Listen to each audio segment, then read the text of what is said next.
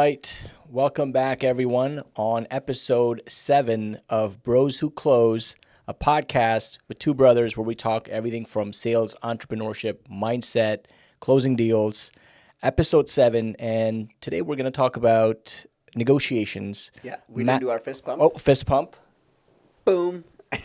Signature's fist pump.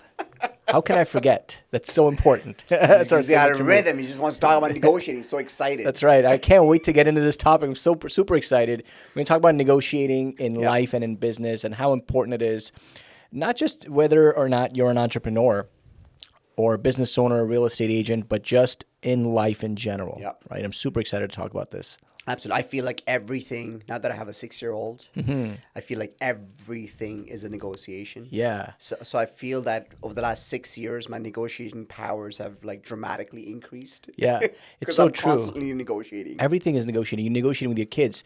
It reminds me, while we're on this topic, I saw this reel. I don't know if you saw this going around. There was a reel of this kid going to his dad and going, "Hey, Dad, can I have ice cream?" And the dad's like, "Nope." And then he goes back again, "Dad, can I have ice cream?" The dad goes, "Nope." And then the kid goes, "Now I have to change my strategy to negotiate." So he goes to his dad, and he goes, "Hey, Dad, can we spend some time together? We haven't spent time together in a while." And the dad goes, "Yeah, of course, buddy. Of course we can." He's like, "Can we do it while we eat ice cream?" And the dad goes, "Of course, let's do it." And so I saw that and I go, I don't know if the video was about negotiating. It was a reel. It was really well done, but it just shows you the art of negotiation and how, putting the other person's needs and desires up front can really get you what you want. Absolutely, man. And negotiating, I feel that, I live by 3 cardinal rules of negotiation. So to the reel that you saw, it was information, right? As you explained to the other. So information is power when it comes down to negotiating, right? You are spending 80% of the time when you go into negotiation in preparation, right, of being able to negotiate. And we're really just spending 20% of the time actually negotiating. Right. So the more prepped you are going into negotiation, I think the better the outcome will be for you. Yeah. And the third is listen, because information is power. 70% of the time you're listening. Yeah. And only 30% of your time is you actually doing the talking. Yeah. People think it's the opposite. People think that in order to be a negotiator or a skilled negotiator or salesperson, you have to be loud, you have to be, talking a lot, and you have to have verbal diarrhea. We've seen Agents especially, oh my God. agents are notorious for this. They will just verbal diarrhea out so much information, and I'm just like, let them talk. Exactly. This is Get it out, man. exactly what I'm looking for. So, this is what separates a rookie agent or a rookie salesperson from somebody who's really skilled and that has years of experience as an amazing salesperson is they will listen and then they will ask strategic questions and then respond very strategically. Absolutely. When I go into negotiation, my goal always is to just ask very open-ended questions, right? And then really get the agent talking. Of course, build a rapport in the beginning of the call. As I've built more rapport, the more they open up. And then just really ask very open-ended questions. Yeah. I'm not looking because what happens if you start asking close-ended questions is it's going to be either a yep or a nope. Yeah. Yes or no, and that's where it ends. You don't really get information out. Yeah. Or as much information out as you really want. But if you start asking very open-ended questions, you'll just get more and more and more information. Yeah. And then you could use that information later on in the negotiation to be able to do the best for your client. Yeah. One of the things that I read Chris Voss's book, by the way, Never Split the Difference. Yes. Great book. If you guys haven't read it, highly recommend. And in one of the chapters, he talks about asking a how question, which he discovered accidentally. And I've really been utilizing that in my own skill set over the years when negotiating deals or just talking to anybody and trying to, get something that I want. And one of the easiest things you can do is just flip the script back to the other person. If somebody says, okay, you know what, my client wants, I don't know, $3 million. And then just flip it and ask a how question. Okay, how do you expect me to go to my client and ask them for $3 million on this property when the comps show this or that, right? And then you make it their problem to answer you to how to justify. So 2 things can happen in that scenario. A, they may actually give you a legitimate reason and supply you with information that'll be helpful to you. Or B, they will realize how ridiculous it is. Absolutely. And the how question is just such a great question to ask in any scenario, especially when it comes out to negotiating, because you truly make it the other person's problem. Right. Or on the flip side, you're really asking for help. Right. Right? Exactly. So sometimes maybe your client doesn't get it. Right. And then when you ask that question saying, hey, how would you like me to go and ask? Right. Maybe he gives you pointers that both you and your client haven't thought of. Yeah. And by asking that how question, you just get more information. Yeah. So then you can then take back to the client and then use it Yeah. to your advantage or just for more information. Yes. The 80-20 rule is so good, right? Because you want to listen 80% of the time and talk 20% of the time. Yep.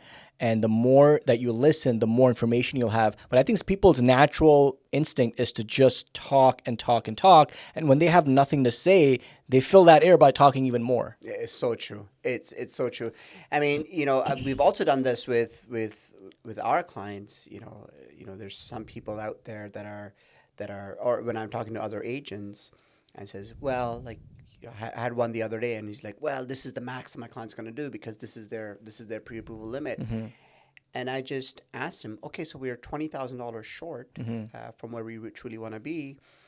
And I asked him the same how question, but I flipped it, and I says, "Hey, how could your client come up with the extra 20,000?" Yeah. And he just kept. I could just see the wheels in his head turning over the phone, and he's just like, he's trying to figure out for his client how is he going to get the 20,000 because that question made him realize two things: that it is not my problem, Right. that your client's $20,000 short, Yeah. and his property is truly worth $20,000 more, and second is like, hey man, we never actually thought about it. Like, hey, how could he? Yeah. So he went back to the client, and the client was able to get money from another source and figure it out. And I've done that even with our own clients when they've said like, oh, this is my max, but it's not worth what they're saying. Even on the buyer side, when we are on the buyer side sometimes, and you ask the same question to the clients like, hey, how could you? Yeah. How could you come up with that 20,000, or how could you come up with the extra 5? Or people always creatively find ways to come up with it. It's a great question because it puts people in a problem-solving mode, and they go, okay, I've got this puzzle or I've got this thing. How do I solve it? And everybody wants to be a problem solver. Everybody wants to figure out a way. So when you put them in that position, they will naturally go into problem-solving mode and try to figure out ways. Okay, maybe I can borrow $10K from my dad, or I can borrow some from here. I can take some out from the line of credit. And then they get into that problem-solving creative process. It's so true. Again, I'll lead with a perfect example. I'm showing a property in Oakville right now, and my client's budget was, it was quite a healthy budget, about 1.7, and they saw this one property, they loved it, and it was listed at 1.7. I already knew that it was going to be max that we could probably pay is around like 1.85 or max. And I said, like, there's no way we're going to get this at 1.7 million. And at the onset of the meeting, when we were having our discovery call, I'd gone over budget questions, I'd gone over down payment requirements, approvals, all that kind of the general questions that we ask when it comes down to the buyer. And he saw this property. I told him this is how we're gonna it's gonna go over X, and he's like, no, sorry, but like it's listed at 1.7. I think it's worth 1.7. I show him all the comps, all that kind of stuff, and then I literally just asked him the same question. I just go. So I asked him two questions. So first question was like, hey, how could we justify bringing in an offer on this property for 1.7 million when the comps are showing X? Yeah. And he agreed. Ultimately, the point is he agreed with me that like, yes, the comps are not there. And I said that comes to our second problem is your approval limit is X. Yeah. And 1.7, and now we're thinking of putting an offer, close to 1.9 almost, which was against my advice, but anyway. And he very quickly figured out how he was going to get $200,000. Right. And all of a sudden, like he's got money coming in from relatives and friends, and he was going to figure it out. I mean, he did have a plan for that money. He was going to sell his property down the line and get it. But again, it was just such a powerful question to ask. Yeah. So it's just one of those questions that I always keep in my toolkit. Yeah. Say like, hey, great, but how are we going to do it? Yeah. And, and this brings me to the second point is, when you're dealing with other agents, it's so important to realize that the best way to really come to terms where, you get what you want, your client gets what you want is when you come from a very collaborative mindset and approach right? And I think this is, again, another myth, is that people think in order for you to be a good negotiator, in order for you to get what you want, you have to butt heads. Yeah. And oftentimes, more times than not, that's very counterproductive. Very. You may think that you got what you wanted, but a deal is never done until it's actually done. And especially in real estate, there's a lot that goes on from the time that the deal is firm to the time of closing, where you may need to work together to make sure you get to a smooth closing. And this is where it's very important to have a collaborative approach to make it seem like you're actually working on the same team, and you should be working on the same team. Ryan Serhant is actually somebody who explained this very well. He posted a reel once where he said, I don't work for my client, I work for the deal. And So true. because if you are working for the deal, you are directly working for your client. Because if there's no deal, then the client doesn't win, you don't win, nobody wins. So you always have to keep the deal in mind. How can I move the deal forward? What do we need to do to get that done? Because a deal is where everybody actually wins. It's so true. And that's where, we took, I've reiterated this point a few times, that over the last 2 years, we have taken so many expired listings from other agents and then be able to go and sell those listings. Yeah. And I think back on that point is, again, because those first set of agents that could not sell it were, again, they were not working for the deal. Yeah. They were, for the most part, taking orders, putting properties for what they were not worth, or, deficient marketing, or not positioning the property well, and which is also important when it comes down to ultimately going about marketing the property. And we were able to get the job done because, again, of that mindset that we have is like, hey, we're working for the deal. Yeah. Unless I have a sold sign in front of the lawn, nothing else matters. Nothing matters. And, I always take my approach in negotiating, thinking from every corner that I'm dealing with when I'm dealing with my clients and when I'm dealing with the other agent. I always think about the other person in mind. I'm like, what does the client want? And when I call the agent, I go, what does the agent want ultimately? The agent wants to get a deal done. Yes. So I always preface my conversations with agents from that perspective. Hey, what's important to you? Hey, I know you've had the property listed on the market for a while. It must be frustrating, right? What are the biggest challenges you're having? When you can empathize, but also show that, hey, you are there to help them, help them secure a win, that's when you can truly get on a collaborative effort, and that's when you can ask for certain things. You can ask for certain concessions and be on a more collaborative approach towards the deal, as opposed to butting heads and the deal not going anywhere. It's so true. And, looking back at some of the deals that, in my early years, some of the deals that I did and, how I was negotiating compared to how I negotiate today, again, it's a night and day difference. Again, in the beginning of my career, when I was a rookie agent myself, and I just thought that, hey, if I was the loudest, if I talked the most, then I would just, get this through the finish line. And some I did, but again, it just didn't feel good for everyone involved. Ultimately, my clients were pissed off. I was pissed off. The agent was pissed off. The seller was pissed off, and it was just some of those deals also fell apart because of the same reason. And now my negotiating style is very different. We have a big network of agents that we work with. We have a big network of buyers that we work with, and they know that if they come to Team Sur, that Team Sur will just get it done. Right. And because of that same mindset that we carry forward, it's just like, hey, we're always working for the deal itself. We're always negotiating for the deal. We've done so many off-market deals this year, it's not even funny. That we've had the listing, and then we found the buyer ourselves, and then we just found a happy medium that just kind of worked for all parties. You know what's funny is most of the off-market deals that we did are the ones that sold the fastest. It's so You true. know what I mean? It's so true. I can think of at least 2 we did in the last 30 days that were sold within a day or 2. Yeah.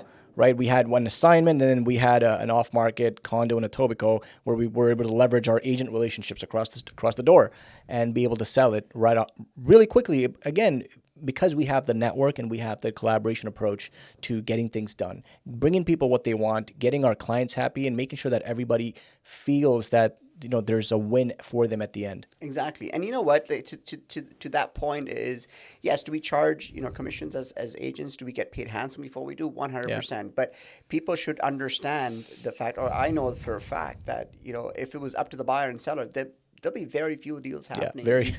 If any. You truly need good agents to work collaboratively to make these, or to get these deals across finish lines. Otherwise, there would be no deals happening. 100%. Yeah. Let's talk about the power of silence, because this is one where I know I struggled with a lot. and I still every now and then have to be careful, is when you are negotiating a deal, how important silence is, because a lot of people want to fill dead air and silence with just more verbal diarrhea. A, you lose leverage in your position, Yes. and B, you may be giving up information that will actually come back to hurt you. So true. And I'm I'm guilty of the same thing. Again, when I first started out in real estate, I had verbal diarrhea. Like I would just Yeah. indulge in just way too much information. And now is something that I still practice to this day is I'll as if I'm asking a question, if I'm in the middle of negotiation, I'll just write down my hand, wait. Yeah. And what it stands for is like, why am I talking? Mm-hmm. And I lead with that, and that is truly the power of silence. Is you just have to constantly remind yourself is get your point to the point, and then just shut up. It's the most uncomfortable feeling when you're starting out, but you will find so much power in those uncomfortable, awkward silences. That's where majority of the leverage is, because that's where the other side knows, A, that you're confident in what you're asking and what you're saying, and B, it allows the other person to then actually respond with something that information that you may need. Correct. Or for the other person to fill in the silence with verbal diarrhea. Again, information is power. Exactly. I'll never forget. I remember I was doing this one deal, and it was actually a client that I'd gone back to. And actually, no, it wasn't a deal. This was when we were getting a listing agreement signed. And we were at the table for what seemed like hours. But when we had gone in for the close, I remember there was silence for at least what seemed like 5 minutes, but it would have probably been 30 seconds. And then we can continue to persist and be in silence. And then the client was finally like, sign the dotted line. Yeah, exactly. And I feel like again, it goes to, and this is not to just go and get a listing Right. or not to just go and get a buyer. It truly just shows the other person, hey, we're confident in our ability to go and sell your house. I truly believe right now, like our team is the best team that Yeah. one could hire to go and sell one's property. Right? That's Yeah. I truly believe that. Yeah. And sure, are there other great agents out there? Great.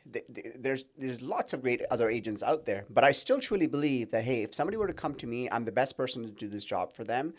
And at the negotiating table, at Yeah. the table, us being silent actually shows that Oh yeah.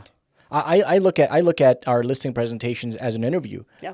in our negotiating skills, and we've been in some very awkward, silent positions, and we've been very flat out and said to clients I know in some cases, hey, thank you for testing my negotiation skills. Yeah. And and I remember, I don't know if you remember this one listing we got signed years ago, but the client said, after we had signed the listing and put it on the market, he goes, Sid and Saurabh, the only reason I hired you guys is because of how persistent you were sitting at the table getting the listing signed, because I knew you guys were the right person for the job. Absolutely, man. It's so true. I've gone to, I learned this over the years also from some of the other agents in the office is, drop off the listing presentation the Yeah. day before, or now we use email or emailing the day before because nobody's doing that. And if I'm at the table, my intention really is to get the listing signed. Yeah. Because I'm excited. I'm excited to get the listing. I'm Yeah. excited to start negotiating for the listing. Yeah. And I'm excited to get the work started. Yeah. So there shouldn't be anything holding us back from people to do so. Absolutely. For a lot of people, negotiating can be very unnatural. They may feel uncomfortable, especially like we're negotiating deals that are in the millions, right? But a lot of people, they may not start out that confidently. But for you, we started this podcast talking about Maya and how, she negotiates with you your bedtime and all these things. But I think negotiating is a habit that doesn't have to just be involved around when you're working on a deal. It can literally be things on an everyday basis. If you're a parent, start using actionable items with your kids to negotiate, right? One of the examples that we found through one of the guys we follow is with the way he negotiates with his kid is when the kid says, I don't want to go to school. And the dad says, I know you don't want to go to school. I wouldn't want to go to school either, right? And what you're doing there is you're empathizing with your kid. And you're saying that, I don't blame you. I wouldn't want to do it either, but let's do it anyway. Yeah, let's just do it anyway. Yeah. And, if you want to truly, truly master the art of negotiation, start with things that are really small, but that do make you a little bit uncomfortable. If you go to the coffee shop to get a coffee, I know this may sound completely ridiculous, but see if you can ask for a discount. And, you know, I do this all the time. I remember I went to a Popeyes supplement store one time, and, you know, there was cases of bottle in the back, and I didn't spend enough money to get a free bottle, but I just asked anyway. I go, hey, you think you can throw in one of those bottles for me? And he goes, yeah. And I went, you know, also got a fiance at home. You think you could throw another one? And he goes, sure. But the point is I asked, and then I got. Worst they could have said is no, which would also be fine, because at least I know I'm testing my skills daily. I'm sharpening my toolbox. Exactly. Not that he needed the bottle, because it probably went to the garbage after the fact anyway. Actually, I broke both of them. So now I need to go back to Popeyes. Popeyes get more. Popeyes, if you're watching, and we're looking for sponsors. Ooh, I like that quite a bit. And yes, of course, like you start using negotiating skills in your daily life. I mean, I'll go out and I'll just joke and I'll just say, hey, where's my senior discount? Yeah. And, you know, if I'm trying to negotiate something, or if I'm going to a store, I want a discount, I'll just jokingly say, hey, where's my senior discount? You'd be surprised how many times people say yes. Yes. No problem. Yeah. So or you know what? I will not give you the seniors discount, but here's a coupon for $5. Here's something else. But I think the moral of this podcast, and if there's anything to take away, is that always be willing to ask. If you're not willing to ask, you don't know what you would get in return anyway. And it's okay to get a no. All right, guys. With that, we will end this podcast. I hope you guys found some value. Of course, don't forget to follow us on Instagram, on TikTok, and Bros Who Close on YouTube. See you guys next time.